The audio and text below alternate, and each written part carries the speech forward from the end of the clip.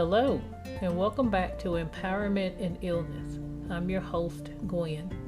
Today, we're tackling the topic that many of us living with chronic illnesses face daily, the complex world of medication and its side effects. We'll explore everything from the mild inconveniences to the severe, life-altering impact these medications can have. First, let's define what we mean by side effects. Side effects are unintended symptoms or conditions caused by medication that goes beyond their intended therapeutic effects. They can range from mild to severe. They can be unpredictable and vary greatly among each of us. They can significantly affect your quality of life. Common side effects are generally mild and might include things like dry mouth from antihistamine, sun sensitivity from antibiotics, or weight gain from corticosteroids. Aspirin is commonly used to reduce pain, fever, and inflammation. It is also often prescribed to prevent blood clots, which can reduce the risk of heart attacks and strokes. Anyone taking aspirins may develop stomach ulcers or bleeding in the stomach, allergic reactions, or ringing in the ear, tinnitus. While annoying, these are usually manageable and often go away as your body adjusts to the medication. More severe side effects can be life-altering. For example, some chemotherapy drugs can cause significant hair loss, anemia, or even more dangerously, a compromised immune system. Antidepressants, vital for mental health, can sometimes lead to severe weight changes, sexual dysfunction, or increased suicidal thoughts, especially in young adults. We see commercials today where they are dancing and singing, trying to get you to ask your doctor about a medication.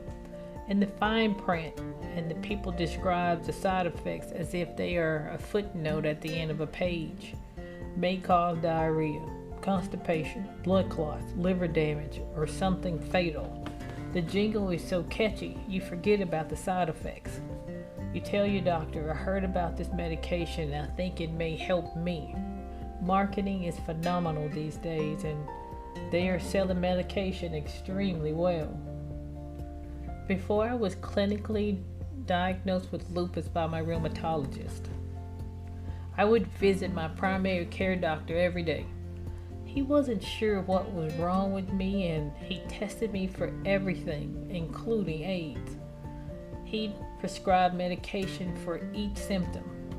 I had a fever, fatigue, headaches, joint pain, inflammation, sores in my mouth and nose, rashes, blurred vision, ringing in my ear, nausea, vomiting, constipation, dry mouth, depression, etc., etc., etc. I had a pill for each one of those symptoms. I used to carry a gallon-sized plastic bag of meds with me to each doctor appointment. I didn't know to ask questions about each drug at the time. I blindly followed his guidance because he had a PhD. Imagine carrying a bag of medication with you. Some of the medication had to be taken with food, some had to be taken at night because they cause drowsiness. I never knew about drug interaction. Again, my doctor had the PhD, so he was the expert. My life was in his hands. Taking so many medication along with finally being diagnosed with lupus caused kidney and liver damage. When I met the rheumatologist, he stripped all the medication away, only to use prednisone and Plaquenil. I called them the wonder drugs. They are not the wonder drugs for all, but they are for me. Prednisone is the best and worst medication to use. Yes, I know I called it a wonder drug. That's because it's one of the most prescribed medications for people with chronic illnesses. If you have inflammation, doctors will prescribe some type of corticosteroid.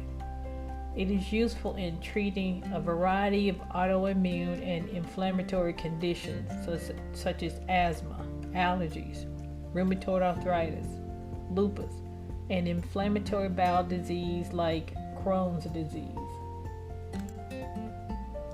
Prednisone is generally used for short-term management due to its potential for serious side effects when used long-term, including osteoporosis, increased risk of infections, hypertension, diabetes, weight gain, and mood swings, among others.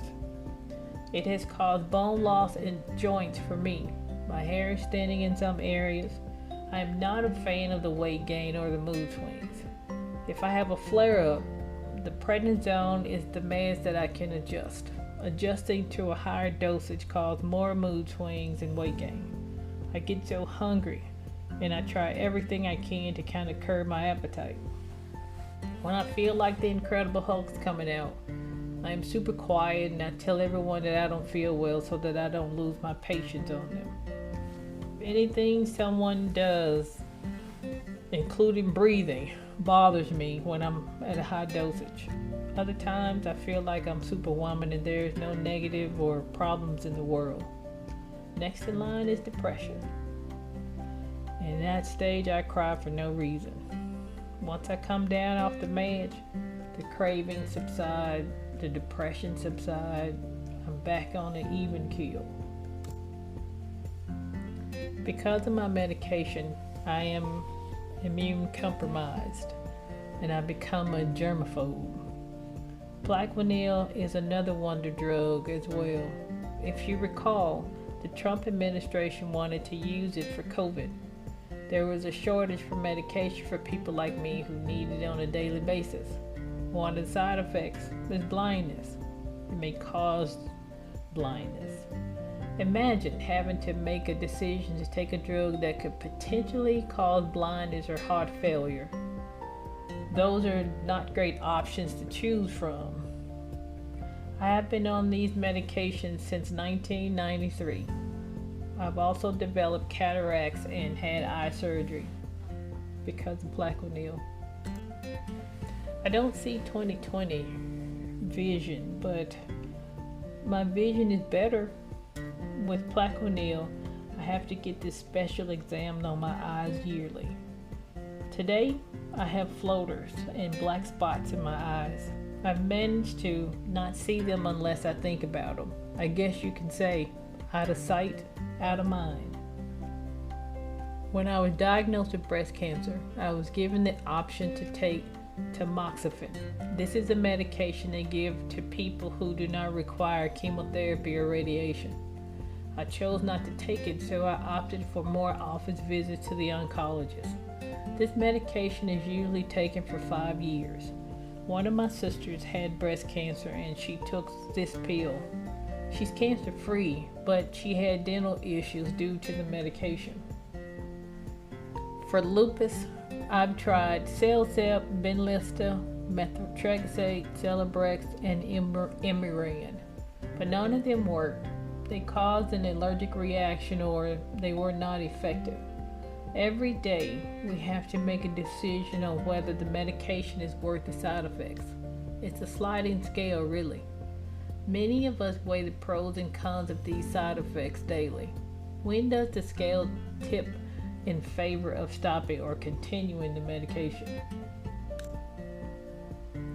Making these choices isn't easy. It involves discussion with your doctors, loved ones, and a lot of introspection. I was given the choice to take medication that may cause cancer or medication that will deteriorate my joints. I talked with my family and we chose medication with the side effects affecting your joints. That's a decision that I don't regret. When you need to make a risk-benefits analysis, it often comes down to this. The benefits of the drug need to outweigh the risk of the side effects. And that's a very personal decision, as the same side effects might be tolerable for one person and unbearable for another.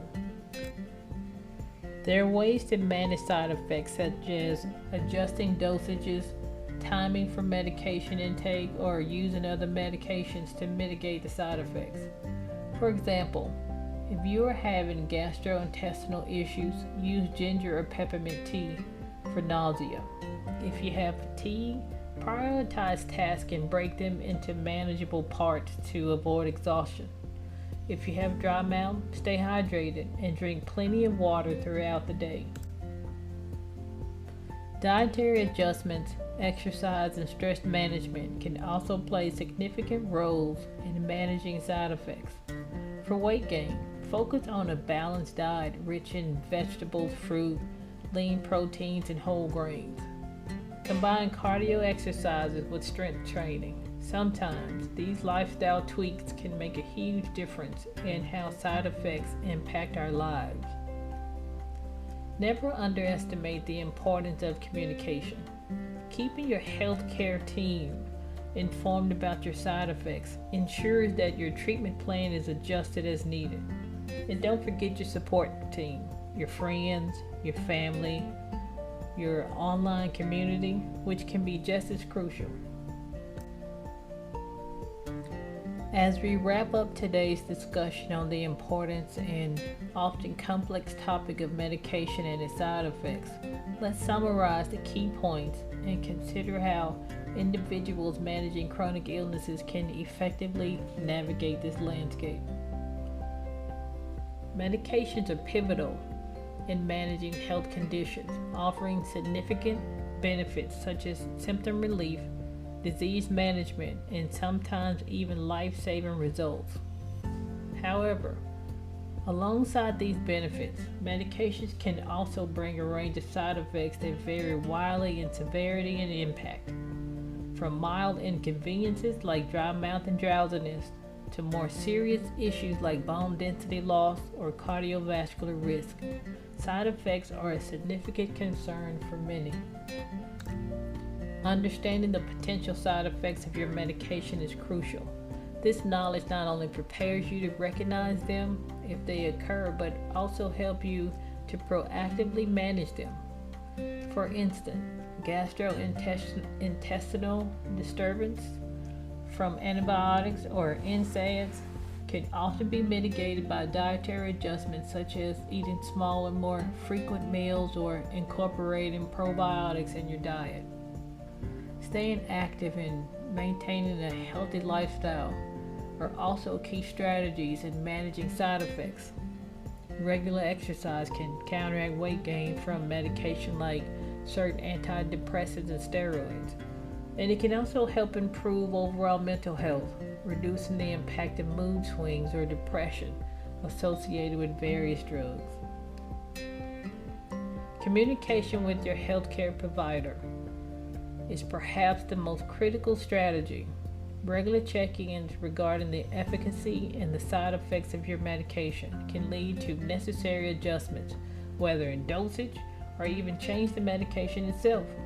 This ongoing dialogue ensures that your treatment regimen remains aligned with your health needs and lifestyle.